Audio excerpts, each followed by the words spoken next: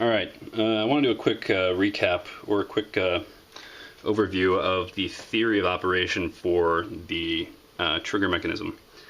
So based on some of the input I got, you're seeing kind of a version 2, trying to get a handle and trigger on here. So very briefly, this is just a T section, another T section. This is a close pipe, or close pipe nipple. This is just something to hold on. Well, this is potentially a handle, but something to hold on to so I can torque it down for now. This is the original trunnion and bushing with the firing pin guide. This is the business end for the trigger. So very briefly, here's kind of what, let me move this, I'll do here. I'll put this together so you can get an idea of, based on what you already know. That's kind of snug. I don't want to snug it up too much because they're kind of hard to get apart. Here's the firing pin group. This is just on a bushing, just because it's a little shorter and easier to work with. I didn't have to remake this firing pin, so it's the length is proper. Because this is definitely longer than the assembly I had before.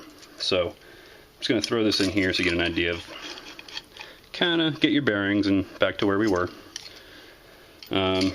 This goes on the end.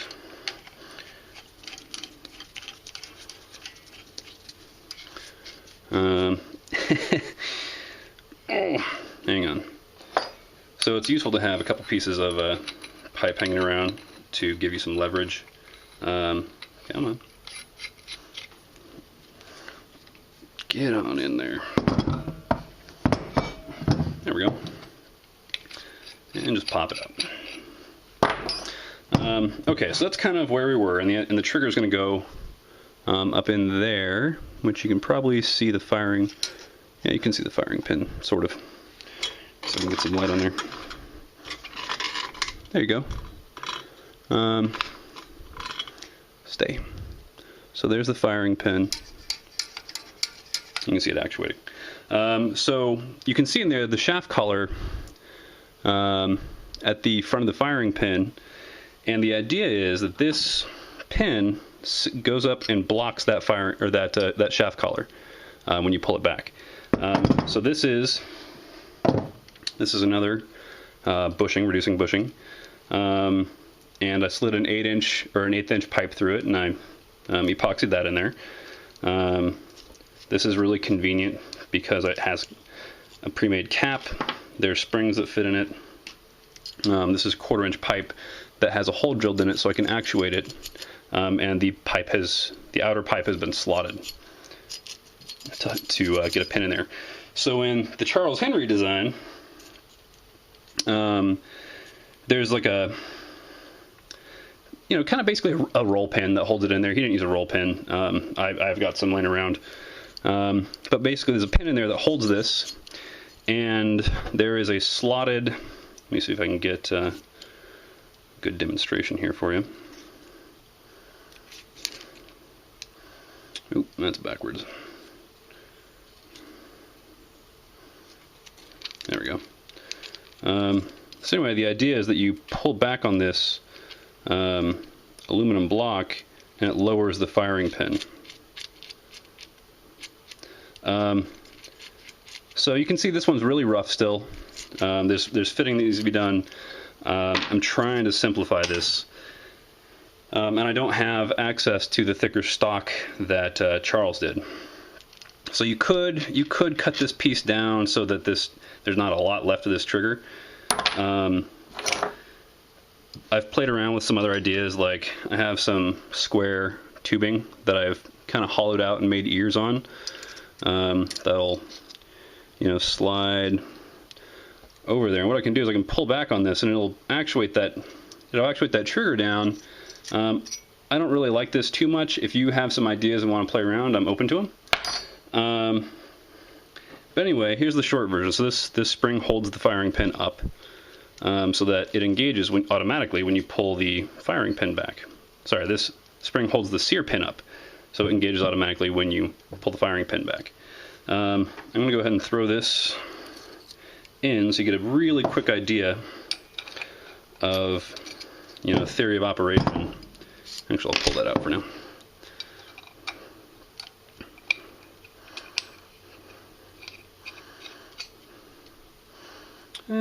That's roughly it. There you go. So here, I'll put that in there. I'll just pull the firing pin back so you can see it lock. Right there.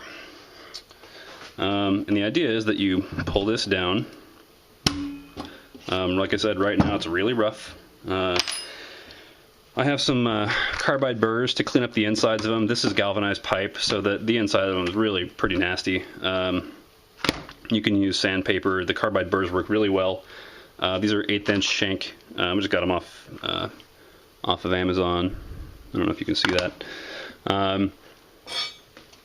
But if you're cleaning out this pipe, just put it in a cordless drill. A Dremel is way too fast, and it will get hung up, and you won't be able to haul this out and clean up the walls. In a drill, a lower speed drill, it's no problem. So yeah, anyway, I need to find a way to attach kind of, the idea is, yeah, that this pulls down on that pin. Like I said, again, really rough right now.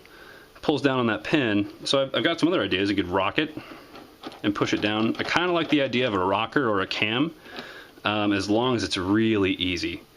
What we do have is we have this nice flat surface here that can go, that's parallel with these, or perpendicular, I guess, with the slot. And you can epoxy to that, so you could put a straight piece there as a guide or something if you needed to. So in Charles' design, this is captured, this block. His is actually wider, and this tubing doesn't go all the way around in his design. It's much thinner. So, and he uses a bigger chunk of aluminum that basically goes on both sides and pulls down on both sides of that sear pin at the same time. So it's much less friction. So yeah, here's some other stuff I've had. Just kind of playing around with square tubing to see what I can do. Let's see. And I've got some other stuff laying around. You might find this interesting. This is the piece of one inch pipe that I kind of slotted. This is just extra that I had laying around. I slotted out so that'll fit down in there. I'm just kind of giving ideas right now. I'm a little bit stuck, and I'm wide open for ideas. I was playing around. This is a potential safety pin hole. I don't really like that it's in the middle because it can fall out really easily. I'd rather have some kind of cross safety that I can just tick, tick, tick, tick, slide back and forth with really positive engagement. But that's what I got. So yeah, I'd like to keep this as one functional piece.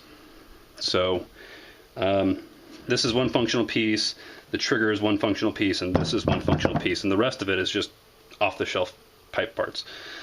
So yeah, that's where I'm at now, I guess. And if you have any input or recommendations, I'd love to hear them. Thanks.